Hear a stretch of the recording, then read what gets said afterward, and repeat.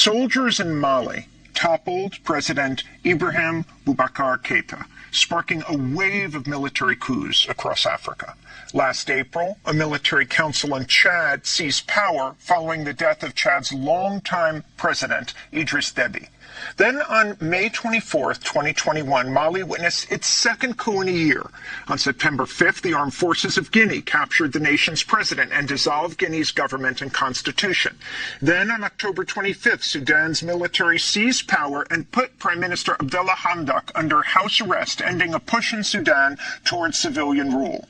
And finally, 2 weeks ago, on January 23rd, Burkina Faso's army leaders, led by a U.S.-trained commander, deposed the nation's president, suspended the constitution, and dissolved parliament.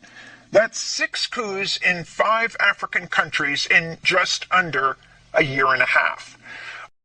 General Langley, I have constituents that have been scattered across Africa on train and equip missions. So just ballpark, in the last decade, how many Africans has the United States military trained and equipped? Congressman, I don't have that figure. I can get that figure for you. Ballpark, just, how many? Congressman, it would be a wild guess right now. Seems like something we should know, right? Over the years, we have trained a substantial number, especially in the Gulf of Guinea states, but including like more than 10,000. It is more than 10,000. More than 50,000. I'd say we're reaching around 50,000 okay. at least. And what percentage of the people we've trained end up participating in insurrections or coups against their own government? Very small number, Congressman. Very small number. So what percentage do you think? I'd say probably less than 1%.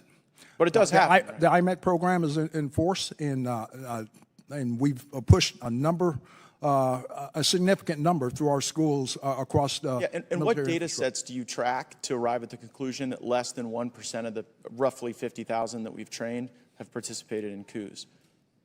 Because it'd be like about 500, about 1% of 50,000. Congressman, you may have that information. I don't at this time, but I know. Well, I know there are some, right? Like go ahead and throw up that image. This is Colonel Mamadi Doumbouya. And this is a photo of him. Did we train and equip him in Guinea? By name, I cannot identify that. Well, that guy in the middle with the big red hat, Colonel Mamadi Doumbouya, that's him with a bunch of U.S. service members outside of our embassy. And just months after this photo was taken in 2021, he led a coup in Guinea and threw out the leader. Does that concern you? Congressman, core values is what we start off with in IMA programs. Do we share core values with Colonel Doumbouya? Core values. I will repeat that. Core values. Respect for humanity. Do we share those values with Colonel Doumbouya? Absolutely. In our curriculum. He led a coup? We do. Okay, well, that's a very telling answer. In Burkina Faso, did we share core values with the leader that we trained there who led a coup? It's in our curriculum. We Leading stress core values. We request civilian-led governance. Wait, hold on.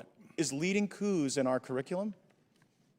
Absolutely not. So civilian-led. My question is, do we share core values with the coup leader in Burkina Faso, who we trained? Holistically, we teach core values with a respect for civilian governance, apolitical, and that's what sticks across a very high percentage in the 99 percentile. Right? But not everybody. And I wonder how many people it takes to plan a coup. I mean, initially you didn't know how many we trained and equipped. Then you said it was 1%. You had no basis for that 1% number because there's no data set you track. Mr. Chairman, I seek unanimous consent to enter into the record. Another U.S. trained soldier stages a coup in West Africa by The Intercept.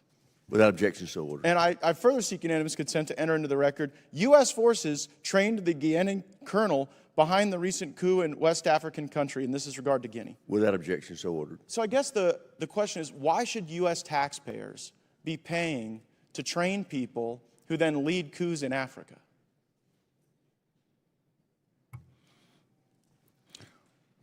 Congressman, our curriculum Harvest's core values, and also to be able to embolden these countries for a representative democracy. But General, that democracy isn't what emerges. The problem is, I know you may have great confidence in what you're teaching, but when two governments have been overthrown, I guess how many governments have to be overthrown by people we train before you sort of get the message that our core values might not be sticking with everyone? Is it 5 countries? 10? We'll continue with our persistence in assuring But do you think it's that working? they harbor democratic norms, democratic values. Just a moment ago, you apolitical. said we shared core values with Colonel Doumbouya. You said that just moments ago in response to my question, and his core value seems to be leading a coup. So I don't think it's stuck. I think we should at least know how many countries we train the coup plotters in. How many is too many? Because clearly 2 is not too many, and I think we could use our resources far more effectively than doing this.